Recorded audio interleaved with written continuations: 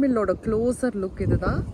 இந்த ஒரு விண்மில்லேருந்து 2000 kilowatts electricity generate பண்ண முடியும். இந்த மாதிரி 10 விண்மில்லேருந்து 10,000 வீடுக்கு ஒரு வருஷத்துக்கான எலக்ட்ரிசிட்டி கொடுக்க முடியும். பார்த்தீங்கன்னா எவ்வளோ ஜெயண்ட்டாக நிற்குது பாருங்கள்.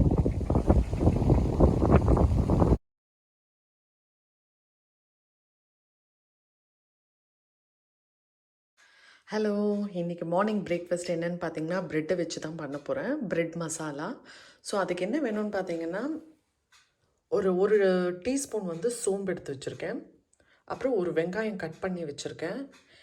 எந்த அளவுக்கு இஞ்சி எடுக்கிறீங்களோ அதே அளவுக்கு பூண்டும் எடுத்துக்கோங்க.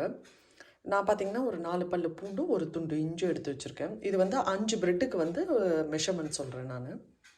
அப்புறம் பார்த்திங்கன்னா 3 பச்சை மிளகா, அப்புறம் 2 டேபிள் ஸ்பூன் வந்து கிரேட்டட் கோகோனட் எடுத்து வச்சுருக்கேன். அப்புறம் கொஞ்சம் மில்க்கு, ஒரு முட்டை.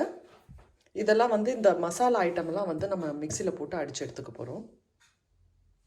ஸோ இப்போ ஒன்று ஒன்றா போட்டுடலாம். வெங்காயம்,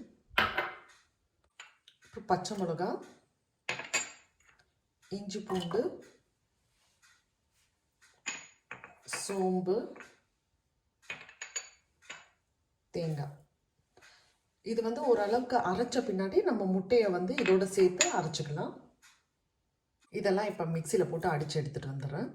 ஸோ பார்த்திங்கன்னா இந்த கன்சிஸ்டன்சி அளவுக்கு நம்ம அரைச்சிருக்கணும்.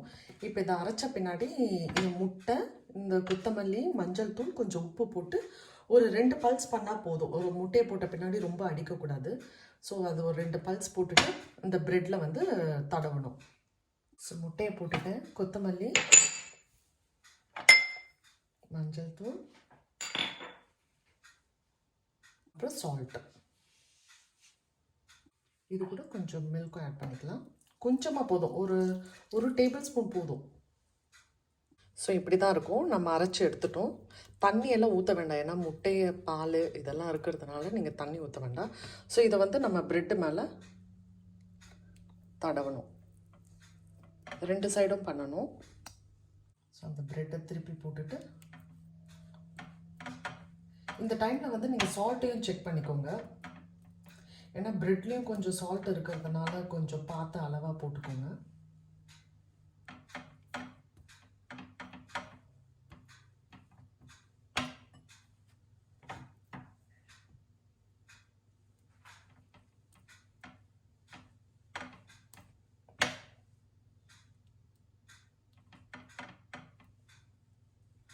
இது வந்து நெய்லேயும் போட்டு எடுக்கலாம், டோஸ்ட் பண்ணி எடுக்கலாம், இல்லை எண்ணெய், பட்டர் எது வேணால் உங்கள் சாய்ஸ் தான்.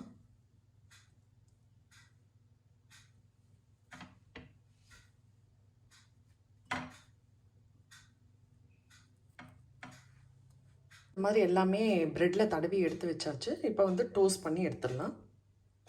நீங்கள் வந்து இஞ்சி பூண்டு பேஸ்ட்டாக கூட போட்டுக்கலாம். அது வந்து ஒரு டேபிள் ஸ்பூன் போட்டிங்கன்னா கரெக்டாக இருக்கும். நான் அயர்ன் பேன் வந்து ஆன் பண்ணிட்டேன். இப்போ டோஸ்ட் பண்ணிடலாம். இது ஒரு சைடு நல்லா குக் ஆன பின்னாடி திருப்பி போடணும். ஸோ இதுக்கு வந்து கொஞ்சம் எண்ணெய் ஊற்றிக்கிறேன். ரொம்பலாம் ஊற்ற வேண்டாம். சைடு குக் ஆகிருக்கும்னு நினைக்கிறேன். திருப்பிடலாம்.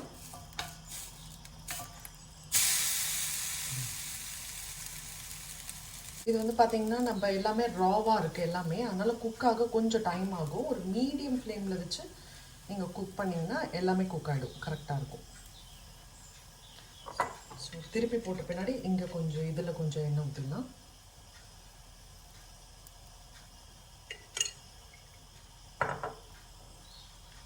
நிறைய ஊற்ற வேண்டாம், இந்த மாதிரி ட்ராப்பாக ஊற்றினாலே போதும். இது மேலே ஊற்றுனீங்கன்னா ஸோ மேலே இந்த ரா இதெல்லாம் வந்து குக் ஆகிடும்.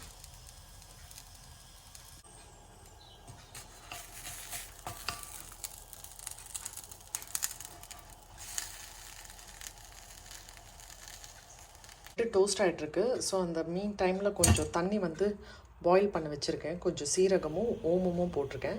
ஸோ டீ காஃபிக்கு பதில் நம்ம இந்த டோஸ்ட்டோட இந்த ஓமம் சீரகம் போட்டு தண்ணி குடிச்சிங்கன்னா நல்லாயிருக்கும். இது பாயில் ஆகட்டும். ஸோ நம்ம ப்ரெட் மசாலா டோஸ்ட் ரெடி ஆகிடுச்சு. ஸோ இதை வந்து நம்ம பண்ணி வச்ச அந்த சீரகமும் ஓமம் வாட்டரும் போட்டு இதுதான் அதோட காம்பினேஷன். ஸோ இது வந்து குடிச்சிங்கன்னா நல்லாயிருக்கும்.